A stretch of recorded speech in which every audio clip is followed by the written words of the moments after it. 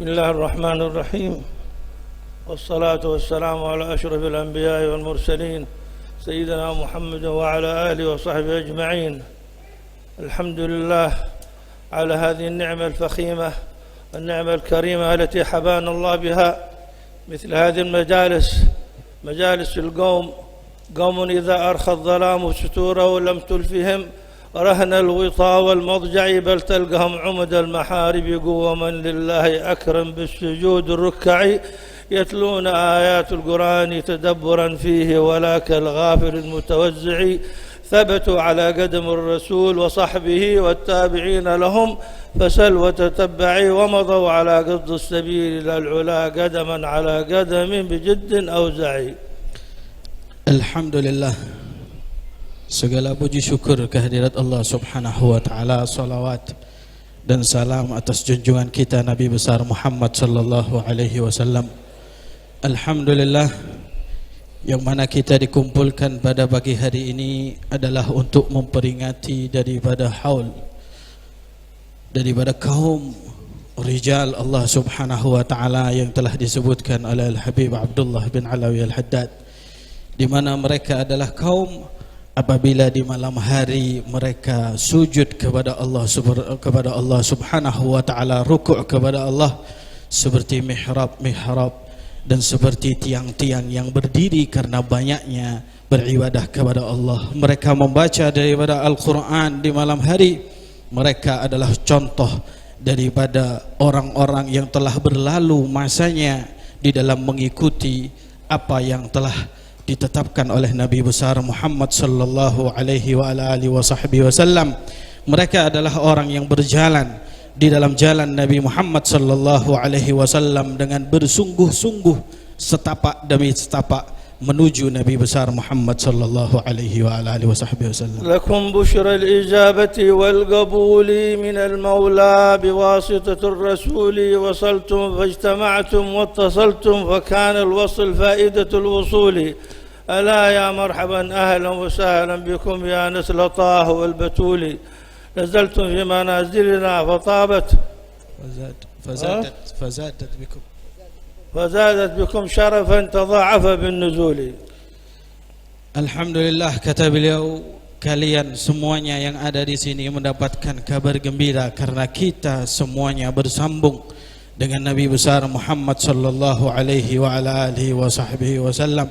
Dan kita semuanya berada di dalam tempat-tempat yang telah disiapkan oleh kami, yaitu adalah para awliya wa salihin, untuk mendapatkan inayah, mendapatkan rahmat dari Allah Subhanahu wa ta'ala. Masya Allah, tabarakallah, natanaggal min majalis ila majalis wa min hawliya ila hawliya. بالأمس كنا حدادية واليوم سقافية، فهذه كلها ما شاء الله تبارك الله مجالس أهلنا وأسلافنا السابقون رحمهم الله ونفعنا بهم وبأسرارهم وأنوارهم، آمين اللهم آمين. Alhamdulillah, kata beliau, kita berpindah dari satu majlis ke majlis yang lain. Dari majlis yang kemarin kita duduk bersama untuk berada di dalam keluarga Al-Haddad, dan kita pada saat ini berada di dalam keluarga As-Saqqaf. Mudah-mudahan dengan kumpulan-kumpulan ini kita semuanya mendapatkan rahmat dari Allah Subhanahu wa taala, pandangan dari Allah Subhanahu wa taala, inayah dari Allah Subhanahu wa taala. سمعنا هذه المناقب، والأمس سمعنا مناقب الإمام أحد ذرية الإمام الحداد، واليوم ذرية الإمام السقاف. مناقب، ما هي المناقب؟ هي السيرة الذاتية لأعمال ذلك الشيخ، ذلك الحبيب الذي تقدم، واليوم نحن في حولية الحبيب جعفر بن شيخان السقاف. ماذا سمعنا في سيرته الذاتية؟ سمعتها بالعربية وسمعناها بالإندونيسية. هل عندنا فيها مثقال ذرة من تلك المناقب؟ حاسبوا أنفسكم قبل أن تحاسبوا. Pada tadi kita telah mengikuti daripada acara bagaimana sejarah daripada manaqib para awliya wa salihin. Manaqib yang kemarin kita telah dengar bagaimana manaqib daripada Al-Haddad Al-Habib Hussein, dan pada hari ini kita telah dengar manaqib daripada Al-Habib Ja'far bin Shaykhan As-Saqqaf. Manaqib itu adalah ibarat tentang sejarah hidup daripada beliau para awliya wa salihin, di mana kita telah mendengar bagaimana akhlak dan budi pekerti daripada mereka para aulia wassalihin, tapi apakah ada satu di antara akhlak-akhlak mereka itu yang telah kita ambil?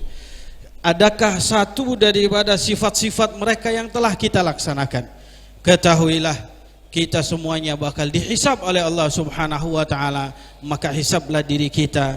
Kita telah hadir pada saat ini sebelum nanti di hari kiamat kita dihisab oleh Allah Subhanahu wa taala. ولو أردنا أن نكتب شيء من سيرتنا الذاتية ماذا سنكتب عنها؟ ماذا سنضع في تلك السيرة الذاتية التي تخصنا جميعا وأولهم الفقير؟ ماذا سأكتب عن حياتي؟ لما يكتب إذا أردت أن تتوظف في مكان قال لك اكتب السيرة الذاتية. أما سيرتنا الذاتية للعمل، اشتغلت هنا واشتغلت هنا وعملت هنا وخبرات للأعمال التي قمت بها، لا تكتب فيها شيء من أعمالك الصالحة أبدا، تلك أعمال دنيوية بحتة. ولكن ماذا سمعنا عن هذه الأعمال التي تكلموا عنها الإخوان وترجموها باللغتين العربية والإندونيسية؟ Kalau kita lihat berbalik dengan sejarah daripada hidup kita, kita lihat daripada keseharian kita, apa yang telah kita laksanakan di dalam kehidupan kita, di dalam pekerjaan kita, semuanya mungkin berisi daripada amal ini, amal itu, yang mungkin murni berisi daripada amal-amal duniawi. Tapi kalau kita lihat sejarah yang telah disampaikan tadi berbahasa Arab ataupun berbahasa Indonesia, bagaimana sejarah para aulia yang mereka murni berada di dalam dunia akhirat. كانت لكم القوم لا يرون من نفسهم شيئا أبدا، تواضع، من تواضع رفعه الله ومن تكبر وضعه الله. مثل ما سمعتم أخلاقهم عالية جدا، لا يرون من نفسه. إذا كان الإمام الحبيب عبد الله بن حسين بن طاهر رحمه الله ونفعنا بأسراره وعلومه في الدارين، كان يقول ماذا؟ يا رب ما معنا عمل وكسبنا كله زلل، لكن لنا فيك أمل تحيي العظام الرامة. أي عظام رامة؟ نحن عظامنا رامة، نحن عظامنا هشة، نحن ليس معنا ولا مثقال ذرة مما معهم من الأعمال. كان يقول رضي الله عنه، يقول لأولاده حد عنده منكم وقت بيبيعه بشتري منه، وقد أهدى له في ذات مرة أحد الزوار ساعة منبه حق للصلاة، هذه الساعة المنبه الساعة زمان أول كانت ما في بيتري، كانوا يعبونها بالفير هكذا الساعة. قالوا ما شاء الله ساعة زين ذي يا خيري ما شاء الله منبه، لكن ما عندي وقت أعبيها. لا إله إلا الله، ما عنده وقت يعبي الساعة بالفير هذا. ونحن اليوم أوقات تهدر عندنا صباحا ومساء. Kalau kita lihat bagaimana sejarah hidup daripada mereka yang luar biasa, tapi mereka selalu menyertai apa yang telah mereka laksanakan tersebut dengan rasa rendah hati. Mereka mempunyai rasa rendah hati, tawadhu, walaupun dengan amal perbuatan saleh yang begitu luar biasa. Mereka para aulia seperti Al-Habib Abdullah bin Husain bin Tahir, ketika beliau mengatakan, Ya Rabbi ma ma'ana amal, Ya Allah kami ini tidak punya amal, seluruh daripada amal perbuatan kami itu berisi tergelincir dan banyak daripada dosa. Dosa-dosa yang kita laksanakan ya Allah itu akan semuanya akan membuat daripada anggota tubuh kita, tulang-tulang kita akan hancur. Sebetulnya yang hancur bukanlah mereka, kita yang mempunyai tulang-tulang hancur karena banyak dosa atas apa yang kita laksanakan. Sampai-sampai Al-Habib Abdullah bin Husain bin Tahir beliau pun mengatakan kepada anak-anaknya, begitu hebatnya amal ibadah beliau, sampai beliau mengatakan, adakah di antara kalian yang mempunyai waktu yang bisa aku beli dan aku gunakan untuk beramal saleh? Bahkan beliau Al-Habib Abdullah bin Husain bin Tahir pernah diberi hadiah sebuah jam oleh seseorang. Hadiah jam yang pada saat itu jam itu adalah sebuah hal yang mahal dan luar biasa. Beliau ambil daripada jam tersebut, tapi pemberi hadiah mengatakan kepadanya, Habib ini akan bisa bekerja kalau diputar. Apa kata Habib Abdullah bin Husain bin Tahir? Saya itu tidak ada waktu untuk memutar jam ini tadi. Lebih baik kamu pegang. Tidak ada waktu untuk memutar daripada jam. Aulia wassalihin, mereka memanfaatkan waktunya yang begitu luar biasa. Kita tiap hari waktu kita berlalu begitu saja. سيماهم التواضع وقطع كل قاطع. إذا كان الإمام سيدنا عمر المحضار يقول من أنا لولاكم وأنتم والآن يشهدون عندكم من أنا. سيدنا عمر المحضار من كبار القوم، تسمعون وترون صورة المسجد في تريم، من أنا لولاكم وأنتم. هذا عمر المحضار يقول. وأبو مخرمة يقول ماذا؟ يقول العلامة الكبير يقول إذا كنت تبغى السلامة تأدب. أين الأدب الذي فينا؟ أين الأخلاق التي عندنا؟ ليس لنا من ذلك شيء أبدا. يدخل المناقب والنصائح، نصيحة حبيب قم تكلم نصيحة كما تدخل من هذه وتخرج من هذه، ويقول ما شاء الله الحبيب فلان تكلم كلام زين لكن أنا ما أعرف شيء من كلامه. ما شاء الله. Mereka alamat daripada mereka para aulia, mereka adalah mempunyai sifat yang tawadhu, itu yang dimiliki oleh mereka. Tengok daripada Sayyidina Umar Muhdar bin Abdurrahman As-Saggaf, beliau pun sering mengatakan, dan di dalam qasidah yang telah kadang kita telah dengar, bahkan di berbagai macam majelis telah dilantunkan dengan berbagai macam suara-suara, man ana laulakum. Siapa saya Umar Muhdar? Siapa saya Umar Muhdar kalau bukan karena mereka orang-orang soleh. Beliau mempunyai rasa tawadhu, merasa dirinya adalah orang yang rendah di sisi Allah Subhanahu wa taala, padahal akhlak mulia daripada beliau yang luar biasa yang dimiliki oleh beliau. Sedangkan diri kita yang banyak daripada dosa ini, yang banyak menghilangkan daripada waktu-waktunya, banyak di antara diri kita yang tidak memanfaatkan daripada waktu yang telah diberikan oleh Allah, dan kita banyak merasa sombong terhadap hal tersebut.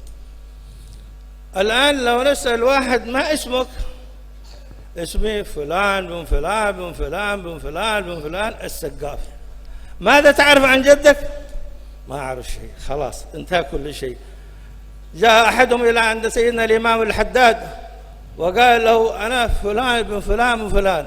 قال هذا ما عرفناه عنك، هو لابس عمامة ما شاء الله كما حقي وأكبر من حقي هذه.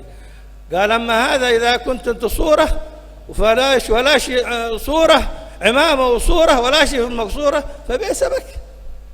فعلينا أن نتعرف مثل هذه المناقب، إن كان من العيدروس وإن كان من السقاف وإن كان من الشاطري، كونوا اقتداء ولو حتى مثل هذا الحبيب توفيق السقاف. توفيق السقاف ما نقولها يعني نفاقا أو رياء له أبدا، وإنما هذه حقيقة لهذا الحبيب عندكم، عضوا عليه بالنواجذ. أكثر من كذا نقول لكم جزاه الله خير عنا وعنكم أفضل الجزاء، له مقام عظيم في هذا المكان، وهذا اليوم العظيم هو شرف لنا أن نقوم ونتكلم، ونحن لسنا أهلا للكلام ولا للتذكير، ونحن بحاجة إلى من يذكرنا ومن ينصحنا. نرجو من الله أن يوفق الجميع ما يحب ويرضاه. Kadang banyak di antara diri kita ditanya, siapa nama kamu? Saya adalah Fulan bin Fulan As-Saggaf. Saya adalah Fulan bin Fulan dari keturunan orang-orang baik. Tapi apa yang telah diamalkan, apa yang telah dikerjakan oleh kita semuanya yang berketurunan baik ini tadi? Al-Habib Abdullah bin Alawi Al-Haddad pernah suatu saat datang kepada beliau, salah seorang daripada Habib Sayyid datang kepada beliau, kemudian mengatakan, wahai Habib Abdullah, saya adalah Fulan bin Fulan bin Fulan, sebutkan daripada namanya di dalam Habib, kata Habib, di depan Habib Abdullah Al-Haddad.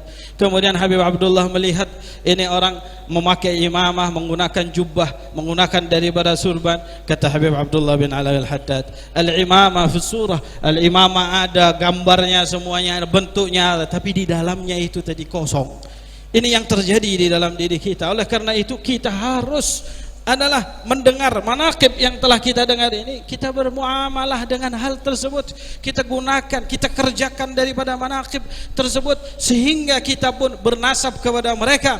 Kita adalah orang yang pantas untuk sampai nasabnya kepada mereka. Tengok seperti Al-Habib Taufik bin Abdul Qadir As-Saggaf, ya, saya berkata hal ini bukan karena saya ingin mujamalah karena beliau adalah teman saya, tidak. Tapi tengok daripada beliau, Habib yang seperti ini perlu untuk kita pegang, walaupun dengan gigi geraham kita gigit daripada beliau.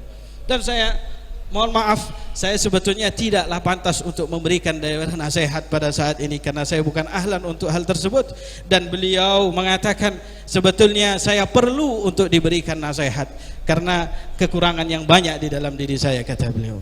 Wa kullukum min Rasulillah multamisun gharfan min al-bahri aw rashfan min ad-diyami. ما شاء الله العلماء بين ظهرانيكم موجودون، لكن أنتم الكبار متواجدون مثل ما قلنا بالأمس، ولكن أين أبنائنا؟ أين بناتنا؟ يا أخواني نحن نكرر هذه الأمور لأنها استفحلت في بيوتنا شرقا وغربا، ليس في إندونيسيا فقط فحسب، ولكنها في كل بقاع الدنيا.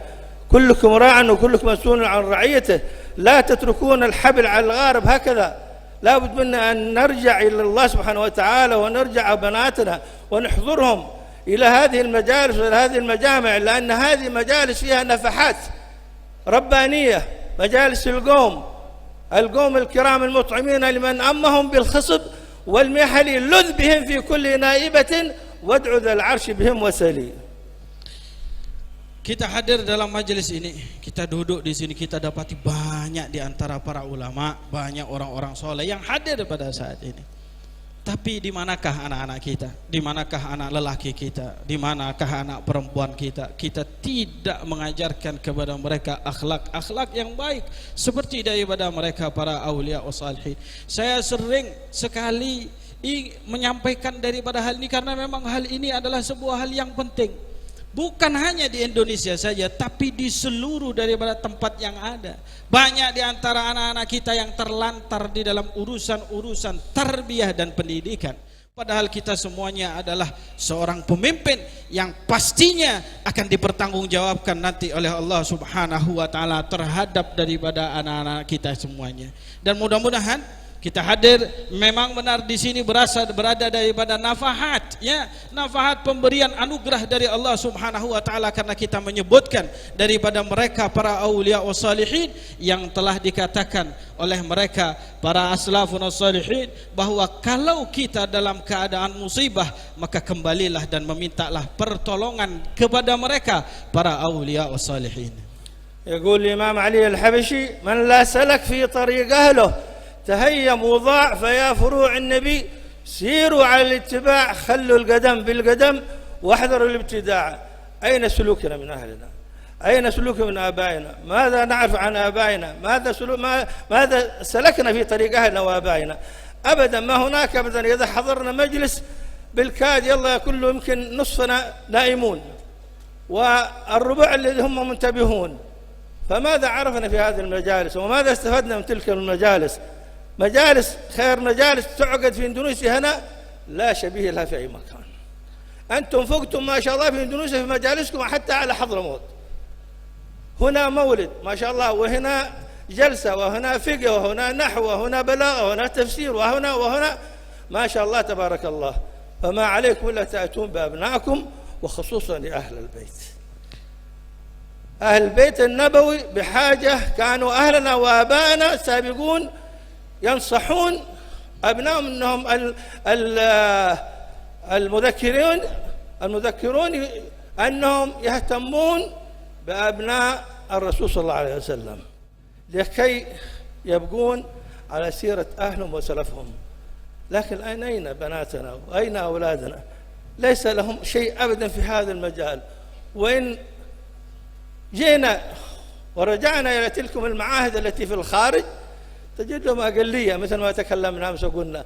تلك حسرة في نفوسنا عندما نأتي في رباط تريم، لعل البعض يعرف ما هو رباط تريم والبعض لا يعرف رباط تريم. رباط تريم في تريم حضرموت الغنة، مثل ما سمعتم الحبيب قعد سنتين في رباط تريم في تريم.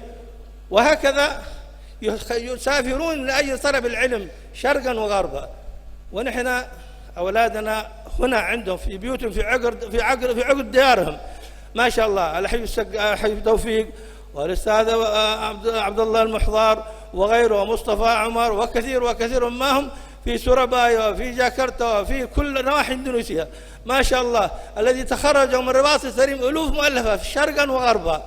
ولكن يكون إقبال العلم يؤتى ولا يأتي. ما حبيبي يقول لك إيه وهتتعلم ونعلمك، ما حب يجي. علينا نحن رغبة منا أن نوصل أبنائنا وبناتنا إلى تلكم المعاهد لكي ينهلوا من ذلك العلم ولو الشيء اليسير، ولو حتى أمور دينهم ودنياهم. أما أن يكون هكذا صم بكم عمي فهم لا يرجعون، ما ينبغي. بارك الله فيكم. Al-Habib Ali bin Muhammad Al-Habsyi, beliau mengatakan barang siapa yang tidak berjalan di dalam jalan daripada para aba, para kaum salihin, maka dia akan hilang dan dia pun akan terlantar. Seharusnya kita daripada Usulut Thayyibah, kita itu harus mengerti bagaimana sejarah daripada mereka dan kita bisa berjalan dengan baik sesuai dengan jalan daripada mereka. Kita hadir pada saat ini, ya, kadang-kadang kita punya telinga ini enggak perhatian daripada hal tersebut. Mungkin ada yang perhatian mungkin 1/4 jam, yang lainnya tidak perhatian daripada apa yang telah disampaikan. Kalian beruntung, kata beliau, majelis-majelis di sini begitu banyak, bahkan lebih hebat terkadang daripada Hadramut sekalipun. Di setiap tempat ada majelis tafsir, ada majelis salawat, ada majelis zikir, dimanapun itu tadi majelis di Indonesia ini tadi begitu banyak. Tapi mana orang-orang yang memanfaatkan daripada majelis tersebut? Khususnya para salafun as-salih itu, para mudzakkirun, mereka orang-orang yang berceramah itu biasanya para salaf, mereka itu lebih banyak mengingatkan daripada keluarga mereka sendiri, mengingatkan daripada ahlu baiti Rasulullah sallallahu alaihi wasallam untuk berjalan di dalam sejarah daripada mereka para salafun as-salih. Kami sungguh merasa menyesal, ada penyesalan dalam hati kami karena banyak sekali yang mau belajar itu bukanlah daripada ahlu baiti Rasulullah SAW, dan banyak sekali yang belajar di sana di tempat kami di Ribat Tarim. Memang sengaja saya sebutkan ini berkali-kali, kemarin sudah saya sebutkan, tapi karena ini begitu penting dan ini sangat menyakiti daripada hati banyak orang yang belajar bukan dari kalangan kita sendiri. Di Ribat Tarim sedikit di antara mereka yang belajar untuk menuntut ilmu di tempat kami, kebanyakan adalah orang-orang yang luar yang mereka itu tadi menuntut ilmu, padahal yang kita perlukan adalah ahlu baiti daripada Rasulullah sallallahu alaihi wa ala alihi wa sahbihi wasallam. Di sini sudah banyak, alhamdulillah.